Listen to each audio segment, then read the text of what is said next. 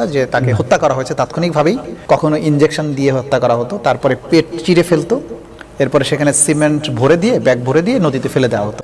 অত্যন্ত দেশপ্রেমিক নেতা ছিলেন বিএনপির ইলিয়াস আলী। শুধুমাত্র ভারতের বিরোধিতা করার জন্য তাকে এর নির্দেশে গুম, অতঃপর প্রাণে শেষ করে মরদেহ মাছ দিয়ে খাইয়ে দেওয়া হয়েছে। কেন তার সাথে এমন করা হয়েছিল কিংবা তার মরদেহ কোথায় তা নিয়ে ধোঁয়াশা ছিল এতদিন। তবে সাবেক ডিজিএফআই মহাপরিচালক লেফটেন্যান্ট জেনারেল শেখ মামুন খালেদকে গ্রেপ্তারের পর বেরিয়ে আসছে ইলিয়াস আলীর গুম নিয়ে চাঞ্চল্যকর তথ্য। গ্রেপ্তারের পর তাকে ডিম থেরাপি দিয়ে রিমান্ডে জিজ্ঞাসাবাদ করছে ঢাকা মহানগর গোয়েন্দা পুলিশ ও রাষ্ট্রীয় অন্যান্য গোয়েন্দা সংস্থা। জিজ্ঞাসাবাদে ইলিয়াস আলী গুম নিয়ে প্রশ্ন করা হলে সেখানে তিনি চাঞ্চল্যকর সব তথ্য দিয়েছেন তদন্ত সংশ্লিষ্টদের। শেখ মামুন খালেদ গোয়েন্দাদের জানিয়েছেন গুম করার সংকেত আগেই দেওয়া হয়েছিল। ইলিয়াস আলী টিপাইমুখ বাঁধ এবং ভারতের সঙ্গে বাংলাদেশের ট্রানজিট ও ট্রান্সশিপমেন্ট চুক্তির বিরুদ্ধে অবস্থান নিয়েছিলেন। এই বাঁধ ও চুক্তি ভারতের স্বার্থের জন্য গুরুত্বপূর্ণ ছিল। ইলিয়াস আলী এর বিরুদ্ধে গিয়ে আন্দোলনও করেছিল। তিনি বলেছিলেন, ভারত যদি করিডোর পায় তবে বাংলাদেশের অস্তিত্ব থাকবে না, বাংলাদেশ পরিণত হবে ভারতের অঙ্গরাজ্যে। এরপরই ভারত ইলিয়াস আলীকে নিয়ে শঙ্কিত হয়ে পড়ে। দিল্লি থেকে হাসিনার ওপর চাপ আসতে শুরু করে।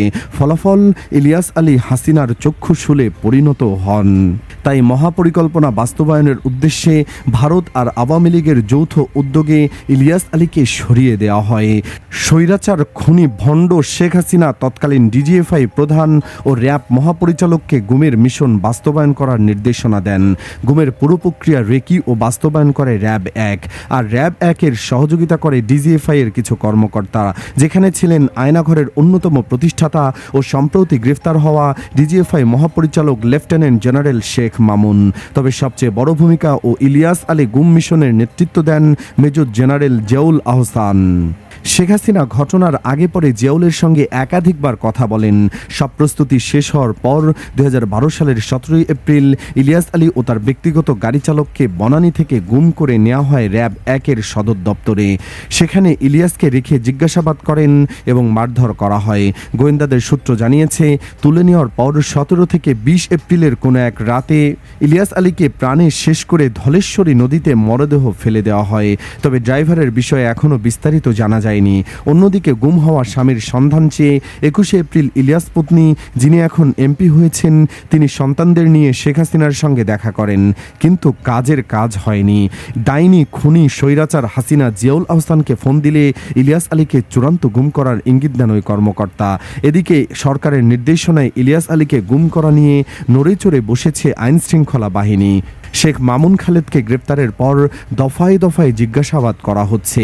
তার 5 দিনের রিমান্ড শেষে আদালতে হাজির করে ফের 7 দিনের রিমান্ড চান তদন্ত সংশ্লিষ্টরা। আদালত আবার তার 6 দিনের রিমান্ড মঞ্জুর করেন। জিজ্ঞাসাবাদে মামুন খালেদ জানান, ইলিয়াস আলীকে গুম করার জন্য কাজ করে ডিজিএফআই ও র্যাবের একটি বিশেষ টিম। তাদের আগে থেকে ব্রিফ করে তৈরি করা হয়েছিল। সার্বিকভাবে দিক নির্দেশনা দেন মামুন খালেদ নিজেই। ইতিমধ্যে আলোচিত এই গুম নিয়ে চাঞ্চল্যকর তথ্য পাওয়ার পর গুমের সঙ্গে জড়িত র্যাব ও ডিজিএফআই এর সকল সদস্যকে নজরদারিতে রাখা হয়েছে। তাদের অনেককে জিজ্ঞাসাবাদ করা হয়েছে, আরও কয়েকজনকে জিজ্ঞাসাবাদ করা হবে। যদিও তাদের কেউ কেউ দেশত্যাগ করেছেন, কেউ আগেই পালিয়েছেন, কেউ অবসরে গেছেন, অনেকেই এখনও চাকরিতে বহাল তবিয়তে আছেন। মামুন খালেদ জানিয়েছেন, ইলিয়াস আলী গুম মিশনে ডিজিএফআই কর্মরত 2 জন মেজর প্রযুক্তিগত সহায়তা দিয়েছিলেন। আর ইলিয়াসকে গুমের বিষয়ে অন্যান্য গোয়েন্দা সংস্থা ও আইন শৃঙ্খলা রক্ষাকারী বাহিনীর শীর্ষ পদধারীরা অবগত ছিলেন। গুমের শিকার বিএনপির সাবেক সাংগঠনিক সম্পাদক এম ইলিয়াস আলী বেঁচে আছেন নাকি মারা গেছেন, এমন প্রশ্ন 14 বছর ধরে ঘুরপাক খাচ্ছে তার কর্মী, সমর্থক ও পরিবারের সদস্যদের মধ্যে। ইলিয়াসের স্ত্রীও সম্প্রতি সংসদে স্বামীর বিষয়ে জানতে চান, কিন্তু এই প্রশ্নের সঠিক উত্তর কেউ দিতে পারেনি। রাষ্ট্রীয়ভাবে এ নিয়ে কিছু বলা হয়নি। তৎকালীন স্বৈরাচার আওয়ামী লীগ সরকারের আমলে তো উত্তর মিলেইনি, বরং ওই সময় ইলিয়াস আলী গুম নিয়ে কোনো তদন্তই হয়নি বলে দাবি করেছে তার পরিবার ও বিএনপি।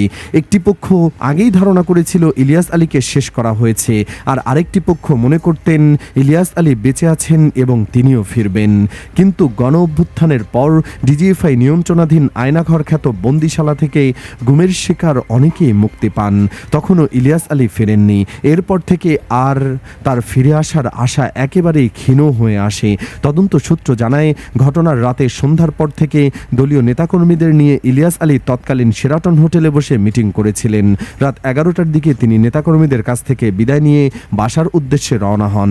তখন থেকেই তাকে অনুসরণ করছিল জিয়াউল আহসানের গুম স্কোয়াডের এক সদস্য। তিনি একটু পরপর ইলিয়াস আলীর গাড়ির অবস্থান জিয়াকে জানিয়ে দেন। মহাখালী পৌঁছানোর পর ইলিয়াস আলীর গাড়ি সরাসরি অনুসরণ করে জিয়ার টিম। মহাখালী থেকে বনানীর 2 নম্বর সড়কে যাওয়ার পর গাড়িকে ধাক্কা দিয়ে থামানোর পর ড্রাইভার আনসার সহ ইলিয়াস আলীকে অপহরণ করে এই টিমের সদস্যরা। সুপ্রিয় দর্শক, সবচেয়ে আফসোসের বিষয় হচ্ছে যে ইলিয়াস আলী ভারতের বিরোধিতা করতে গিয়ে প্রাণ দিয়েছেন, সে বিএনপি আজ আওয়ামী লীগ আর ভারতের গোলামি করছে। ইলিয়াস আলীর মতো দেশপ্রেমিক নেতাকে আপনি মিস করেন কিনা কমেন্ট বক্সে জানিয়ে দিন আপনার মতামত। ভিডিওটি ভালো লাগলে লাইক দিন ও শেয়ার করুন। আর আমাদের চ্যানেলে নতুন হলে অবশ্যই সাবস্ক্রাইব করে সাথেই থাকুন।